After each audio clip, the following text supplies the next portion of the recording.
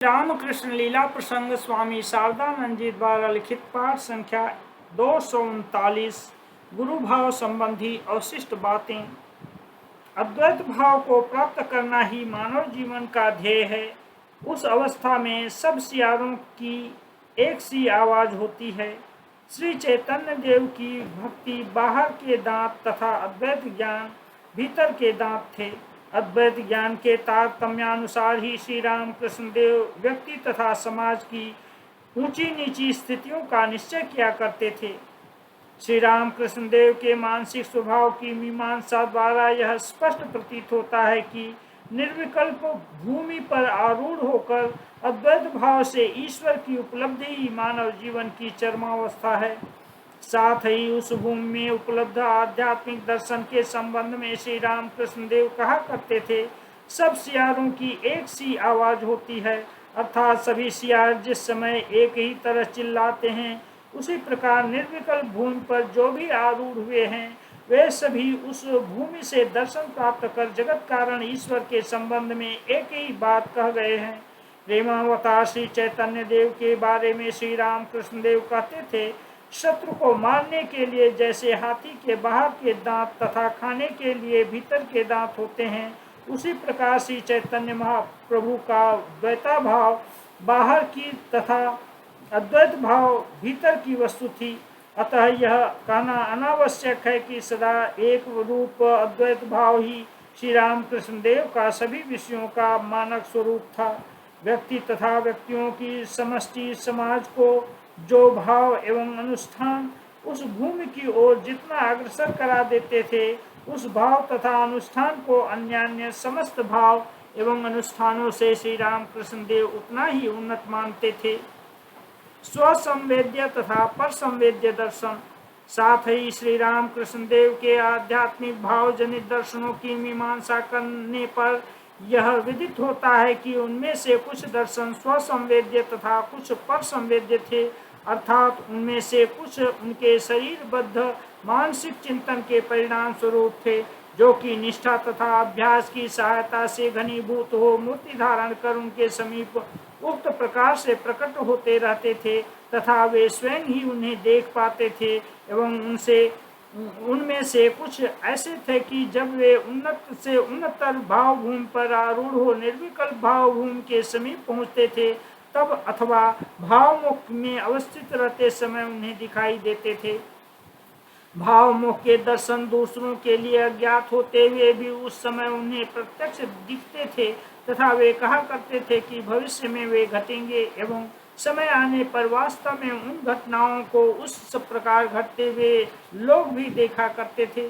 श्री राम कृष्ण देव के प्रथमोक्त दर्शनों को सत्य स्वरूप से उपलब्ध करने के लिए दूसरों को भी उनकी तरह श्रद्धा विश्वास तथा निष्ठा संपन्न होना या जिस भूमि पर आरूढ़ हो उनको उस प्रकार का दर्शन प्राप्त हुए हैं उस भूमि पर आरूढ़ होना पड़ता था तथा द्वितीय प्रकार के दर्शनों की सत्यता को अनुभव करने के लिए लोगों को विश्वास या किसी प्रकार के साधनाओं की आवश्यकता नहीं होती थी। उनके वे दर्शन सत्य हैं। दर्शन के फल को देखकर ही लोग यह विश्वास करने को बाध्य हो जाते थे। अस्तु, वस्तु एवं व्यक्ति की अवस्था के संबंध में निश्चित सिद्धांत पर पहुंचे बिना श्री राम कृष्ण देव का मन निश्चिंत नहीं हो पाता था। श्री राम कृष्ण देव की मानसिक प्रकृति के संबंध में हमने पहले जो कुछ कहा है तथा इस समय ऊपर से जो कुछ कहा गया है उसके आधार पर यह भली भांति हृदयंगम किया जा सकता है कि साधारण भाव भूमि पर अवस्थित रहते समय भी उनके मन के लिए निश्चित रहना संभव नहीं था। उनका मन क्षण भर के लिए भी जिस वस्तु तथा व्यक्ति के संपर्क में आता था उसके स्वभाव तथा रीति नीति के संबंध में विवेचना कर किसी विशेष सिद्धांत पर पहुँचे बिना वह कभी निश्चिंत नहीं हो पाता था। मुख्यतः अर्थोपार्जन के निमित्त ही वर्तमान काल में पंडित वर्ग शास्त्र अध्ययन आदि किया करते हैं। यह जानकर जैसे बाल्यावस्था में श्री राम कृष्ण देव का मन दाल रोटी प्राप्त करने वाली विद्या को सीखने के लिए प्रस्तुत नहीं हुआ था, श्री राम कृष्ण देव की वयोवृद्धि के साथ ही साथ विभिन्न स्थानों के नाना प्रकार के व्यक्तियों के संपर्क में आकर उनका मन उन व्यक्तियों के संबंध में जिन सिद्धांतों पर पहुंचा था, अब हम उनकी मीमांसा करेंगे। साधारण भाव भूमि से श्री रामकृष्ण देव को जो दिखाई दिया था शाक्त तथा वैष्णव में विद्वेष। यह कहने की आवश्यकता नहीं कि श्री चैतन्य देव के तिरोभाव के उपरांत बंगाल में शाक्त तथा वैष्णवों के बीच पारस्परिक विद्वेष प्रारंभ हुआ था तथा चला ही आ रहा था। राम प्रसाद आदि कतिपय विरल शाक्त साधकों ने यद्यपि अपनी साधना की सहायता से काली एवं कृष्ण को अभिन्न रूप से प्रत्यक्ष कर इस विद्वेष को भ्रांत कहकर प्रचार किया था, फिर भी साधारण लोग उनकी बातों को भली भांति ग्रहण न कर विद्वेष तरंग में ही प्रवाहित होते रहते थे। यह बात दोनों पक्ष के परस्पर देव निंदा सूचक हास्य कौतुक आदि से स्पष्ट प्रतीत होती है। कहने की आवश्यकता नहीं है कि श्री रामकृष्ण देव इस प्रकार से बचपन से ही विदित थे। साथ ही दोनों पक्ष के शास्त्र निबद्ध साधनों में प्रवृत्त हो सिद्धि को प्राप्त कर जब उन्होंने दोनों मार्गों की सत्यता उपलब्ध कर ली, तब उनके लिए यह समझना बाकी न रहा कि धर्महीनता जनित अभिमान या अहंकार ही शाक्त वैष्णवों के इस विद्वेष का कारण है। उक्त विद्वेष को दूर करने के लिए अपने परिवार के सभी लोगों को शक्ति मंत्र में दीक्षित करना। श्री रामकृष्ण देव के पिता श्री रामचंद्र के उपासक थे तथा दैव योग से प्राप्त श्री रघुवीर की शिला उन्होंने अपने घर पर प्रतिष्ठा की थी। इस तरह श्री रामकृष्ण देव का वैष्णव वंश में जन्म होने पर भी बाल्यावस्था से ही शिव तथा विष्णु दोनों के प्रति उनमें समान अनुराग का परिचय मिलता था। बचपन में एक बार शिव बनकर कुछ घंटे तक भावाविष्ट हो उनके समाधिस्थ बने रहने की चर्चा करते हुए अभी तक उनके पड़ोसी उस स्थल को दिखाते हैं। इसी प्रकार हम यह भी देखते हैं कि श्री रामकृष्ण देव ने अपने परिवार के प्रत्येक को किसी समय विष्णु मंत्र तथा शक्ति मंत्र दोनों में ही दीक्षित कराया था। हमारा यह अनुमान है कि उन सभी के हृदय से विद्वेष भाव को सम्यक रूपेण दूर करने के लिए ही उन्होंने यह कर दिया था। साधुओं द्वारा दवा देने की प्रथा की उत्पत्ति तथा उसके द्वारा क्रमशः साधुओं की आध्यात्मिक अवनति। प्राचीन काल में महाराज अशोक ने मानव मात्र के कल्याण के निमित्त धर्म तथा विद्या के विस्तार करने का निश्चय किया था। यह बात सर्वविदित है।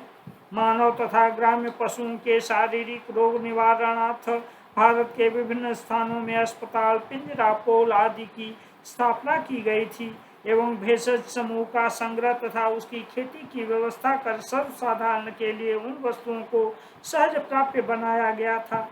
बौद्ध यतियों की सहायता से दवा तथा जड़ी बूटियों को देश विदेश में भेजने तथा उसके प्रचार की व्यवस्था की गई थी।